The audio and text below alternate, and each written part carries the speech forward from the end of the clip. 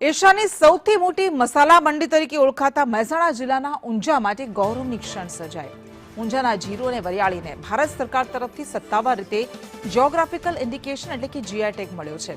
આ માન્યતા સાથે હવે ઊંઝા જીરું અને ઊંઝા વરિયાળીને વૈશ્વિક સ્તરે આગવી ઓળખ મળશે।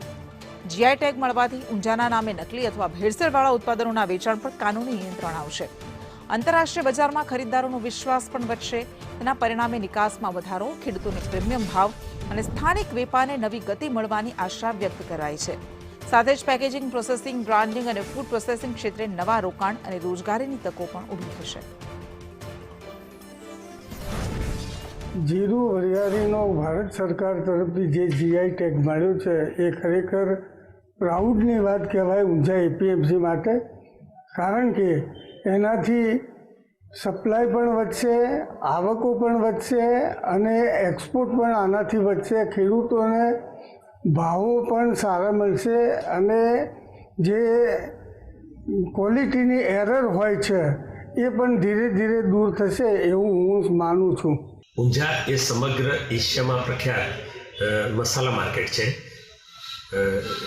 આખા ઇન્ડિયામાં જે મસાલા પાકો થાય છે એમાંથી લગભગ 40% જેટલું વોલ્યુમ ઊંઝાથી થાય છે અને ઊંઝા આ વિસ્તાર ભૌગોલિક રીતે એની ખાસ વિવિધતાના લીધે મસાલા પાક માટે ખૂબ જ પહેલેથી પ્રખ્યાત રહેલો છે।